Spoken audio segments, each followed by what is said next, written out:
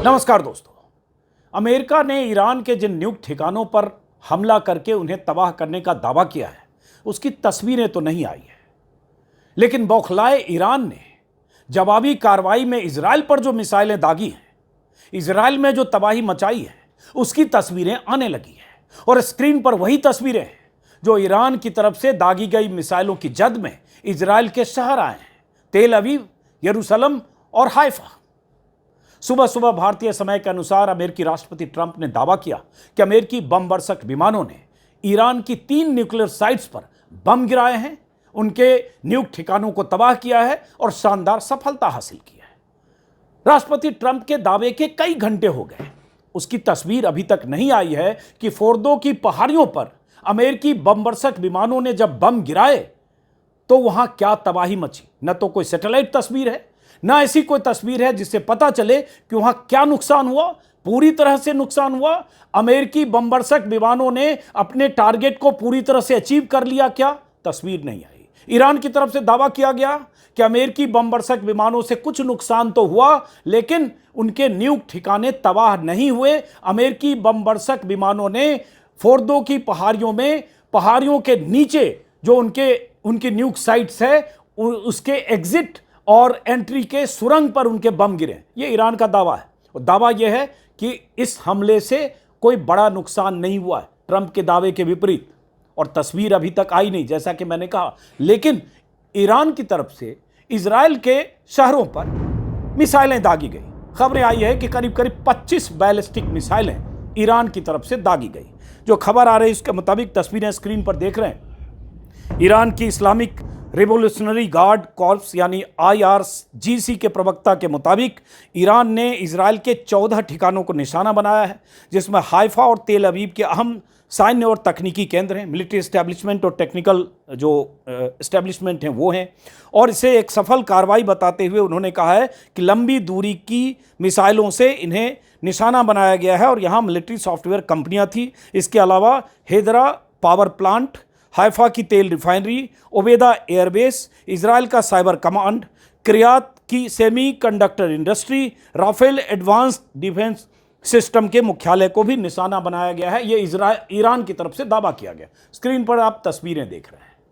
जब ईरानी मिसाइलें इजराइल के शहरों पर बरसने लगी तो समझिए उससे पहले जब आहट हुई कि ये मिसाइलें आ सकती है, इजराइल पहले एंटिसिपेट भी कर रहा था। ये पिछले 10 दिन से, आज 10वां दिन है ईरान और इजराइल वार के। लगातार ईरान की तरफ से इजराइल पर मिसाइलें दागी जा रही है। इजराइल के एयरफोर्स जाकर ईरान में अलग अलग जगह बॉम्बिंग कर रहे हैं, उनके सैन्य ठिकानों को तबाह कर रहे हैं। लेकिन मुश्किल इजराइल के साथ हो रही है क्योंकि इजराइल ईरान से आने वाली मिसाइलों को रोकने में नाकाम रहा है। और आज जब अमेरिकी बम वर्षक विमानों ने ईरान में बम गिराए हैं, उसके बाद यह सुबह से अनुमान लगाया जा रहा था कि ईरान रिटेलिएट करेगा और बहुत आक्रामक ढंग से रिटेलिएट करेगा। अब तक आमतौर पर हर रोज 25-30 बैलिस्टिक मिसाइलें दागी गई हैं। लगभग 400 से 450 बैलिस्टिक मिसाइलें 8 दिनों में ईरान ने इजराइल पर दागी है। लेकिन आज जो मिसाइलें गिरी है, जो तस्वीरें आप स्क्रीन पर देख रहे हैं, जब लगा कि ये मिसाइलें टारगेट कर सकती इजराइल को, सुबह से हंगामा मचा था। इजराइल के अलग अलग शहरों में लोगों को सचेत किया गया था। हर शहर में सायरन बज रहे थे। इजरायली मिलिट्री एस्टेब्लिशमेंट की तरफ से लोगों को बंकर में छिपने के लिए, सेफ हाउस में जाने के लिए या ऐसी जगह पर जाने के लिए ताकि वो ईरानी मिसाइलों की जद में ना आए, लगातार उन्हें सचेत किया जा रहा था। और ईरान से दागी गई बैलिस्टिक मिसाइल हाइफा में जब तबाही मचाई, उसकी तस्वीरें आई। उसके बाद फिर जैसा कि मैंने कहा, यरूशलेम से तस्वीर आई, तेल अवीव की तस्वीरें हैं, अलग अलग जगह की तस्वीरें स्क्रीन पर आप देख रहे हैं। चारों तरफ भगदड़ है, बड़ी बड़ी बिल्डिंग है, सिविलियन इलाके में भी बम गिरने की खबर है, मतलब मिसाइल हमले की खबर है। गाड़ियाँ, मल्टी स्टोरी बिल्डिंग्स, सब जगह धुआं, आग और तबाही की तस्वीरें इजराइल से आ रही हैं। खबर यह भी है कि इजराइल ने भी ईरान के कुछ इलाकों में एयर स्ट्राइक किया है। ये दोनों मुल्कों के बीच वार जो चल रही है, जिसका आज 10वां दिन है, उसमें आज अमेरिका की एंट्री के बाद की यह तस्वीर है। यह संभावना व्यक्त की जा रही थी कि अमेरिका ईरान के न्यूक ठिकानों पर हमला करेगा। पिछले 5 दिन से इस पर बात हो रही थी, लेकिन ट्रंप ने अचानक 2 दिन पहले कह दिया, कल भी उन्होंने कहा कि हमने 2 वीक का समय दिया है। लेकिन कल रात, आधी रात को अनएक्सपेक्टेड ढंग से ट्रंप ने फैसला किया देर रात को खबर आने लगी कि जो B-2 बमबरसक विमान हैं अमेरिका के, वो मूव कर रहे हैं मिडिल ईस्ट की तरफ। और उसके बाद खबर आई, ट्रंप ने ट्वीट करके जानकारी दी कि हमारे बमबरसक विमानों ने ईरान के 3 न्यूक ठिकानों पर बम गिराए हैं और अब हम पीस चाहते हैं। उसके कुछ देर बाद, जैसा कि मैंने कहा, ट्रंप ने दुनिया को यह जानकारी दी कि कितनी बड़ी कामयाबी उन्होंने हासिल की थी। और उसके बाद इजरायली प्रधानमंत्री ने ट्रंप का शुक्रिया अदा किया और कहा इससे अब इतिहास बदलने जा रहा है। लेकिन ईरान अमेरिकी हमले से हुए नुकसान को मानने को तैयार नहीं है। ये ईरान ने कहा कि अमेरिका की तरफ से बम बरसाए गए, कुछ नुकसान हुआ, लेकिन जो दावा है अमेरिका का वो सही नहीं है। और उसके अलावा ईरान की तरफ से कहा गया अब अमेरिका को इसकी कीमत चुकानी पड़ेगी, हम बदले की कार्रवाई करेंगे। और बदले की कार्रवाई की पहली तस्वीर इजराइल से आई है। अब यहां से आगे क्या होने जा रहा है, ये बार बार हम लोग अपने वीडियो के जरिए या जो भी आप देख रहे होंगे उससे आपको पता चल रहा होगा कि ईरान की मिसाइल ताकत इजराइल के लिए बहुत बड़ी परेशानी बन सकता है। और ईरान के पास कहा जा रहा 20,000 ऐसी मिसाइलें हैं, जिसमें बैलिस्टिक मिसाइलें हैं, सुपरसोनिक मिसाइलें हैं, जिनकी रफ्तार और जिनका टारगेट अपनी रफ्तार से इजराइल के टारगेट को 10 से 12 मिनट में अचीव कर सकते हैं। तादाद मैंने कहा 20,000। इजराइल को लेकर लगातार कहा जा रहा है कि उनके जो एयर डिफेंस सिस्टम है वो लगभग इतने कमजोर हो चुके हैं कि ईरानी मिसाइलों को रोकने में नाकाम है। और ये तस्वीरें स्क्रीन पर आप लगातार देख रहे हैं। और आज 10वां दिन है। अब यह आशंका व्यक्त की जा रही है कि चूंकि ईरान चोट खाया हुआ है, चूंकि ईरान पर अमेरिका ने बम गिराए हैं उनके न्यूक ठिकानों को, और एक तरह से ईरान के लिए बहुत बड़ी चुनौती है रिटेलिएट करने की। ईरान को यह क्योंकि ईरान पहले से कह रहा था कि अगर अमेरिका हमला करेगा तो हम जवाबी कार्रवाई करेंगे और उसे अंजाम भुगतना पड़ेगा। अब एक सवाल ईरान के सामने है कि उसके बाद वो क्या करे। बहुत तरह के कयास अनुमान लगाए जा रहे थे कि अगर अमेरिका ने हमला किया ईरान पर तो ईरान मिडिल ईस्ट में जो अमेरिकी बेस है उसको निशाना बना सकता है। लेकिन वो वक्त तो अभी आया नहीं। उसके पहले शुरुआत फिर से बहुत आक्रामक रिटेलिएशन से ईरान ने इजराइल पर हमले करके किए। स्क्रीन पर आप तस्वीरें देख रहे हैं। ईरान के बैलिस्टिक मिसाइलों के हमले में इजराइल के सेंटर और नॉर्थ के इलाकों में काफ़ी लोगों के घायल होने की खबर है। टाइम्स ऑफ इजराइल की रिपोर्ट के मुताबिक तेल अवीव के मेडिकल सेंटर में भी बम गिरा है। उसके बाद तेल अवीव में मिसाइल गिरने से चारों तरफ मलबे बिखरे हैं। उसकी तस्वीरें, वीडियो लगातार आ रहे हैं। बहुत पैनिक जैसा माहौल है इजराइल में। उसके बाद ये कहा जा रहा है कि मेडिकल टीम, रेस्क्यू टीम हर जगह पहुंच गई है। मिसाइल के हमले में कई जगह मकान, ऊंची इमारतें, बिल्डिंग तबाह हो गई हैं। ईरान से दागी गई मिसाइलों के हमले में हाइफा की कई बिल्डिंग आई है। रेस्क्यू के लिए इजरायली फोर्सेज लगातार काम कर रही हैं। उसके बाद मिसाइलों से बचने के लिए या मिसाइलों से बचाने के लिए लोगों को बंकर में ले जाया गया है, या बंकर जो ऐसे बने बम शेल्टर्स उनमें छिपने के लिए कह दिया गया है। ये खबरें और ऐसी तस्वीरें लगातार इजराइल से आ रही है। ईरान की तरफ से कहा जा रहा है कि हमने जो बैलिस्टिक मिसाइलें दागी है, हमारा मकसद है कि इजराइल हम पर हमले कर रहा है उसका जवाब देना। और ये लगातार आप तस्वीरें स्क्रीन पर देख रहे हैं। अमेरिकी राष्ट्रपति ट्रंप ने जब मीडिया के सामने आकर कहा कि ईरान में बम गिराकर उन्होंने शानदार सफलता हासिल की है, अब हम शांति चाहते हैं, और अगर ईरान ने जवाबी कार्रवाई की तो उसका अंजाम बहुत बुरा होगा और भयानक होगा, तो नेतन्याहू खुश नजर आए। इजरायली प्रधानमंत्री, उन्होंने शुक्रिया अदा किया। लेकिन उसके बाद अब इजराइल में बम गिरने की, मिसाइल गिरने की लगातार तस्वीरों के बाद एक बार फिर से आपको जरा वो बता दे जो ईरान की ताकत है, जिसका जिक्र लगातार हो रहा है। ताकत मतलब मिसाइल की ताकत। एयर डिफेंस सिस्टम तो कमज़ोर हो ही चुका है, लेकिन मिसाइल की ताकत, कई तरह की मिसाइलें हैं। अब ये कहा जा रहा है, ये आशंका व्यक्त की जा रही है कि उन मिसाइलों का इस्तेमाल, उनकी रफ्तार, इस्तेमाल की रफ्तार ईरान बढ़ा सकता है। और ऐसी ऐसी मिसाइलें हैं, हर समय एक नई जानकारी आती है कि ईरान के पास इस बार ऐसी मिसाइल है जो 1200 से 1800 किलोमीटर तक का दायरा को टारगेट कर सकती है। अब खबर आ रही है उनके पास कुछ ऐसी मिसाइलें हैं जिसका दायरा 2000 से 2500 किलोमीटर है, और ईरान से इजराइल की दूरी लगभग 1300 से 1500 किलोमीटर है। अब उनके पास एक जैसे सेजिल मिसाइल है ईरान के पास, कहा जा रहा है इसकी मारक क्षमता 2000 से 2500 किलोमीटर है। 700 किलोग्राम का पेलोड लेकर जा सकता है। हाइपरसोनिक गति से मल्टीपल वारहेड की क्षमता है। आज जो मिसाइल दागी गई है उसमें कौन सी बैलिस्टिक मिसाइल है पता नहीं, लेकिन सेजिल मिसाइलों का और फतेह मिसाइलों का इस्तेमाल लगातार ईरान करता रहा है। फतेह मिसाइल के बारे में भी कहा जाता है इसकी रेंज 1400 से 1800 किलोमीटर है, 6100 किलोमीटर की रफ्तार से यह चलता है। और ईरान की मिसाइलें, अगर सुपरसोनिक मिसाइलें की बात करें तो 8 से 16 मिनट के भीतर ईरान इजराइल के शहरों को टारगेट कर सकता है। और ये मिसाइलें लगातार जिस ढंग से इजराइल डिफेंस सिस्टम को बेध रही है, अब इजराइल के लिए मुश्किल है कि वो बचाव का इंतजाम क्या करे। एक आशंका व्यक्त की जा रही है कि अब कहीं इस वार में अमेरिका चूंकि एंट्री हो चुकी है, ईरान पर अमेरिका ईरान के न्यूक ठिकानों पर बम बरसा चुका है, तो अब अगर ईरान इजराइल पर हमले तेज करता है, मतलब ऐसे 25-30 मिसाइलें गिर रही, इसकी रफ्तार अगर बढ़ती है तो क्या अमेरिका भी इस लड़ाई में उतरेगा? इस पर एक विस्तार से मैंने कुछ एक्सपर्ट से बात की, इसी वीडियो में आगे देखिएगा समझने के लिए। इजरायली इलाकों में जो मिसाइल गिरे, जैसे एक मिसाइल है ईरान के पास खैबर खुर्रम शहर, इसका दायरा लगभग 2000 किलोमीटर है, कुछ लोग कह रहे हैं इसका दायरा 4000 किलोमीटर तक भी हो सकता है। तो समझिए भारत के पास जैसे ब्रह्मोस है 5000 किलोमीटर उसका दायरा है, इसका वजन जो पेलोड है 1500 से 1800 किलोमीटर तक इसका पेलोड है। गदर एक उसके पास मिसाइल है ईरान के पास, 1800 से 2000 किलोमीटर उसकी क्षमता है। फतह का मैंने जिक्र किया ही। शहाब सीरीज की एक मिसाइल है जिसका दायरा, जिसकी रेंज, मारक क्षमता 1300 से 2000 किलोमीटर है। हाइपरसोनिक ये मिसाइलें किसी भी समय इजराइल के शहरों को निशाना बना सकती है और 12 से 15 मिनट में, जैसा कि मैंने कहा, वहां पहुंच सकती है।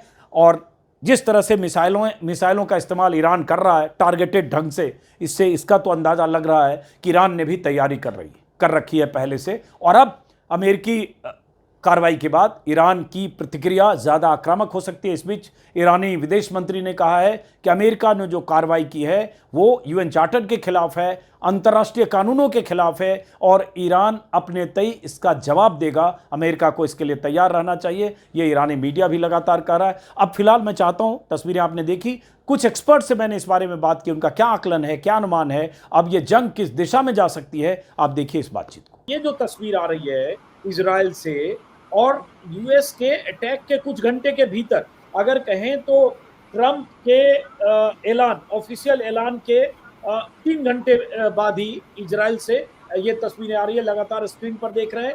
ये इजराइल को ईरान का जवाब है, हाइफा से लेकर और तेल अवीव तक से ऐसी तस्वीरें आ रही है। अब ये देखिए तबाही की तस्वीर है, आज की तस्वीर है, ये सब मेरे सहयोगी बताए। अब ये देखिए तस्वीर जो स्क्रीन पर देख रहे हैं, बहुत जबरदस्त हमला ईरान ने किया है बैलिस्टिक मिसाइल से। और ईरान की बैलिस्टिक मिसाइलों की रेंज 2000, 1800, 1500 किलोमीटर तक है, जो पूरी इजराइल के हर शहर को टारगेट कर सकता है। सुपरसोनिक मिसाइलें हैं, ध्वनि से तेज रफ्तार से चलने वाली मिसाइलें, और इजराइल पर हमले करने के लिए ईरान के पास मिसाइलों का भंडार है और रोकने के लिए इजराइल की क्षमता कम हो रही है। दुनिया भर के अखबार ये लगातार इस पर लिख रहे हैं। संजय कुमार, अब ये इस खतरे को इजराइल के लिए कैसे देखते हैं और इजराइल का रिटेलिएशन जैसे हम करें, क्या अमेरिका इसके साथ आकर रिटेलिएट करेगा इजराइल को इस त्राहिमाम से, तबाही से बचाने के लिए?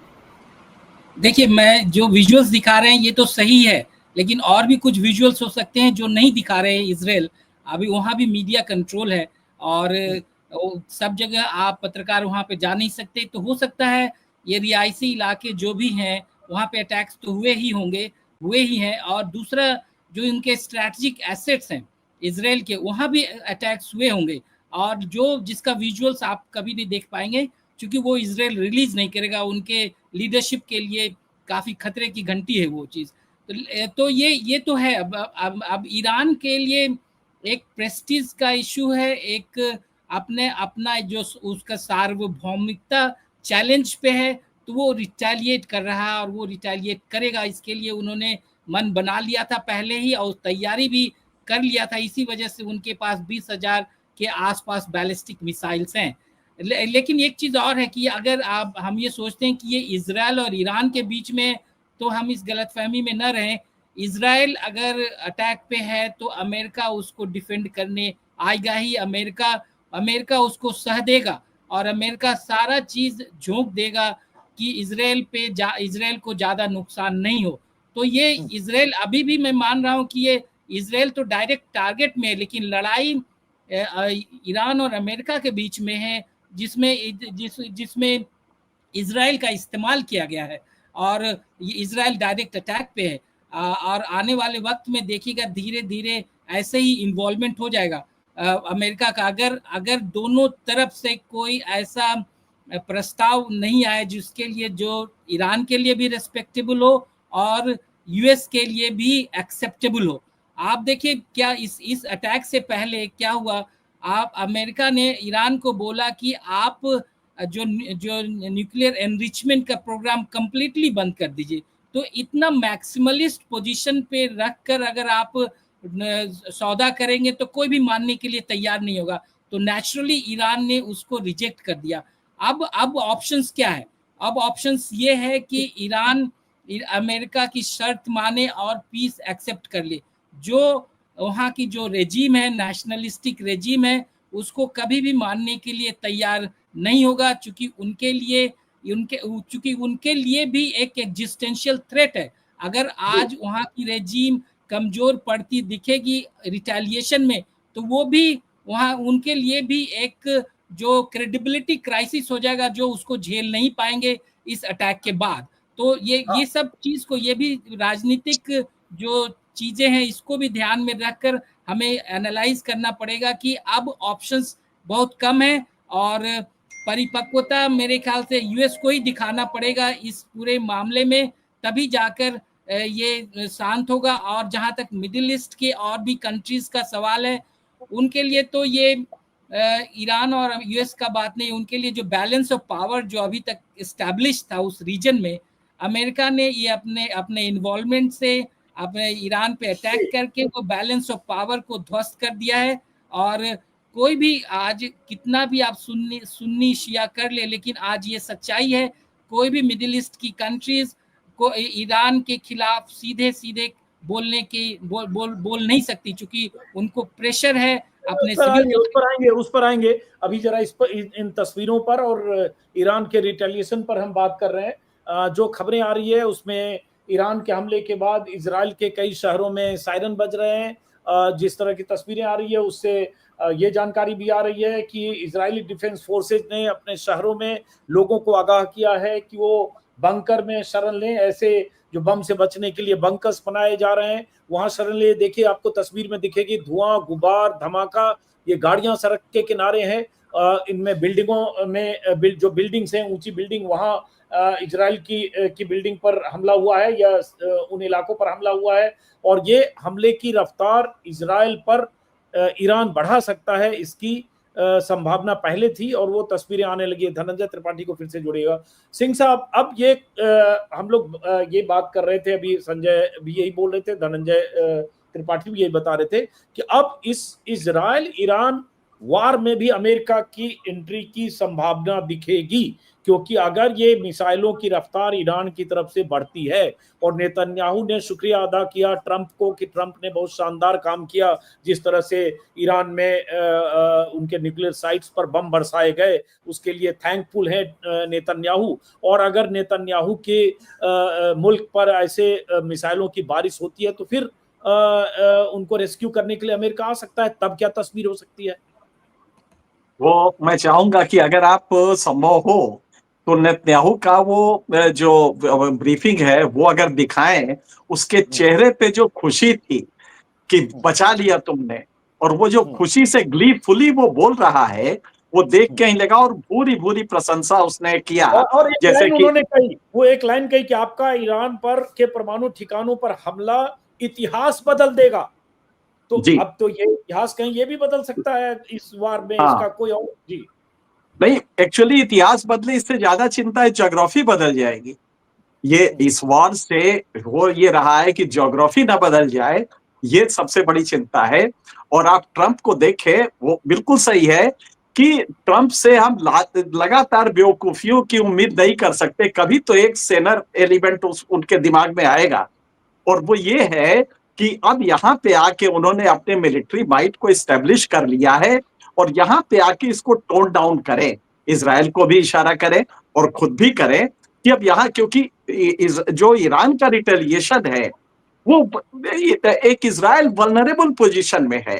जो अभी तक था कि 7 लेयर जो आयरन डोम है और क्या है, एरो है, फिर डेविड स्लिंग है, उसके अलावा जो 2 अमेरिका ने दिया है जो कि सी साइड से करते हैं, और उसके अलावा लेसर का लास्ट में उन्होंने कहा था साहब लेसर वाला भी है, मैं तो लेसर से ही मिसाइल को खत्म कर दूंगा हवा में ही। ये सब चीजें खत्म हो गई हैं। अब एक छोटा सा देश जिसकी पॉपुलेशन डेंसिटी 440 है, लगभग भारत के बराबर है, भारत की थोड़ी सी ज्यादा है, और उस डेंसिटी के साथ जीडीपी उसका करीब 350 400 के आसपास है, $400 बिलियन। छोटे छोटे वहां पे बड़े मतलब तमाम सारे स्टेब्लिशमेंट है जो कि टारगेट बहुत आसानी से ईरान कर सकता है।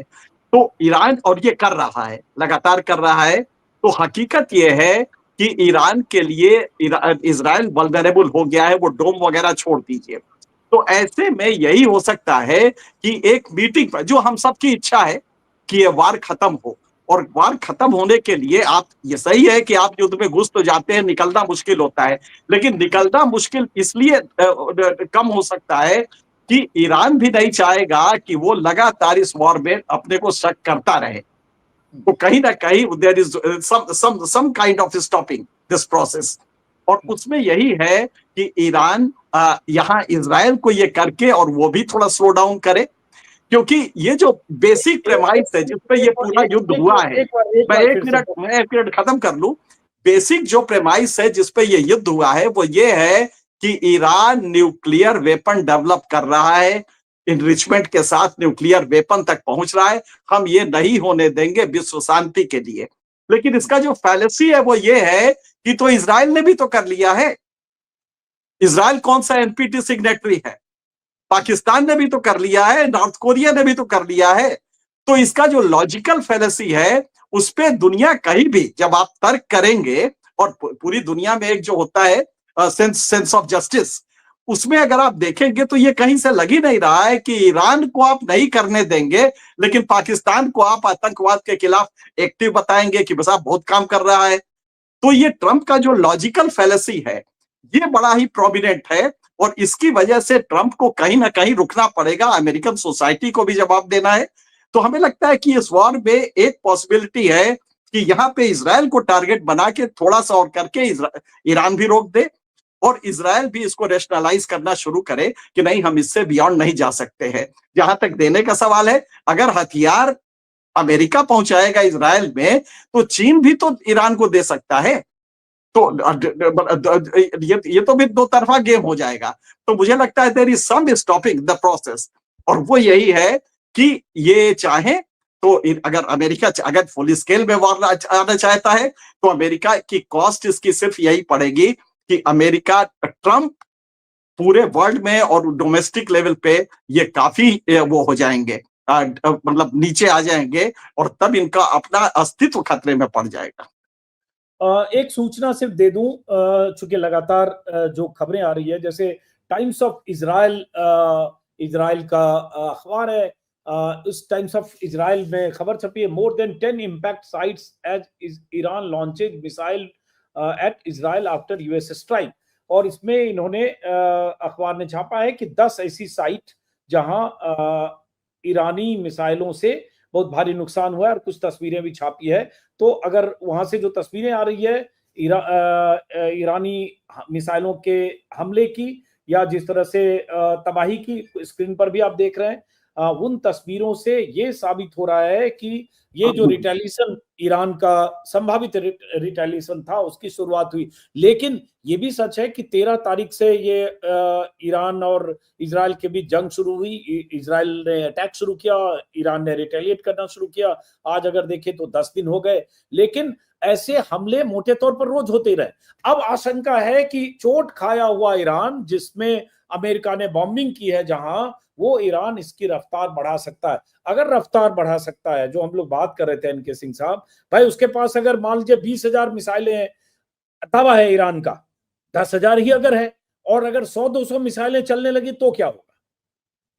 अभी तो 20-25-30 मैं बार बार 2 दिन से यही कह रहा हूं कि उसके अगर ज्योग्राफी को समझ लेगा ना, अगर हमारे व्यूवर समझ लेंगे तो ये भी समझ जाएंगे कि ये टारगेटिंग कितना आसान है ईरान के लिए, क्योंकि छोटे से मुल्क में आपको टारगेट करना है, और वो भी जो कि बड़ी जीडीपी का है पर कैपिटा, उसमें उसके जो मिलिट्री एस्टेब्लिशमेंट्स है, जहां पे प्रोडक्शन करता है, वो बर्बाद करने के लिए आपको कुछ नहीं, अगर 10-20 फीट दाएं बाएं भी हो जाए तो आप आराम से बर्बाद कर सकते हैं। तो इसीलिए हम लगातार कह रहे हैं कि इजराइल को डैमेज करना अपने मिसाइल से ज्यादा आसान है ईरान के लिए।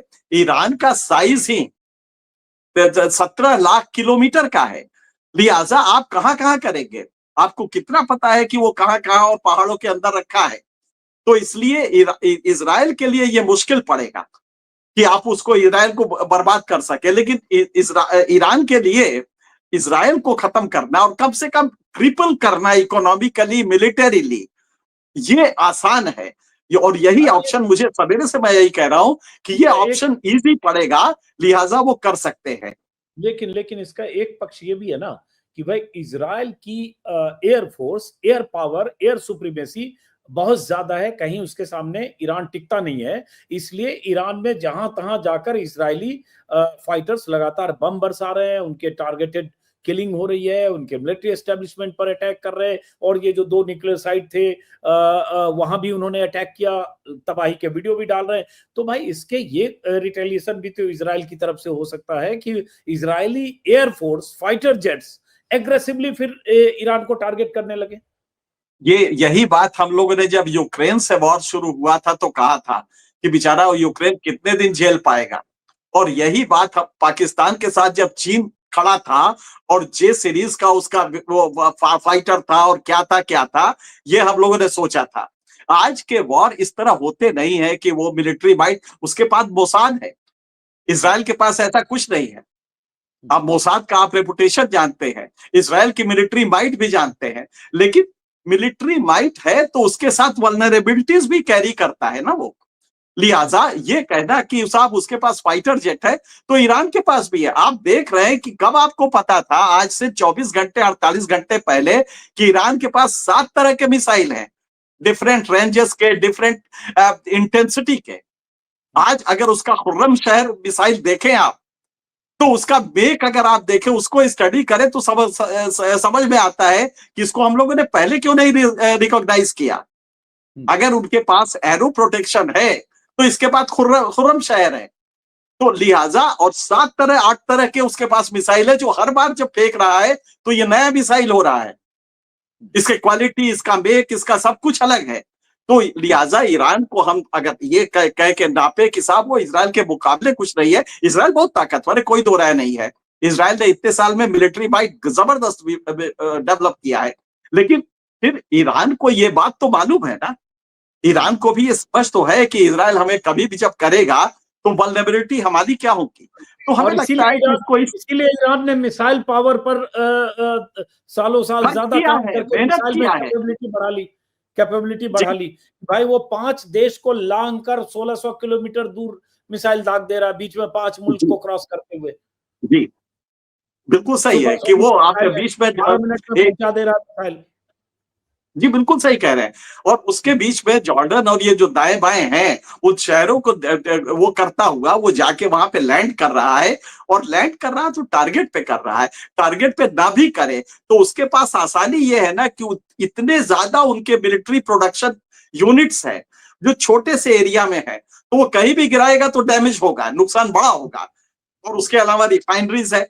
तो इसलिए हमें लगता है कि आप अगर 7 लेयर उनका जो अगर वो है प्रोटेक्शन और वो इंटरसेप्टर है, तो इसके पास, इसने भी वो वल्नरेबिलिटी अपनी समझ के तैयारी की थी। तो अगर हम 7 आपको गिनाएं और अभी 7 नहीं है, मैं रोज देख रहा हूं कि एक नया पहुंच रहा है, तो उसका बेग बिल्कुल अलग है, उसके मिसाइल्स अलग है।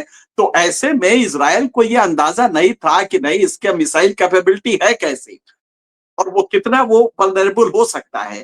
तो इसलिए हमें लगता है कि हमें जब ऐसे मिलिट्री माइट का असेसमेंट करें तो उस समय जो पब्लिक ओपिनियन है, आपने यूक्रेन का देखा, यूक्रेन आज तक सस्टेन कर रहा है और कर ही नहीं रहा है, मतलब ठीक ठाक कर रहा है। तो इसलिए, और कहां रूस और कहां यूक्रेन, लेकिन ऐसा नहीं हुआ। तो इसलिए हमें मिलिट्री माइट का असेसमेंट करने में जो पब्लिक ओपिनियन है, जो जनरल ओपिनियन है, शायद उससे हट के देखना पड़ेगा। तो ईरान को हम हल्का करके नापेंगे तो शायद दिक्कत होगी। चलिए, बहुत बहुत शुक्रिया एनके सिंह साहब, बहुत बहुत शुक्रिया संजय कुमार जी, बात करने के लिए।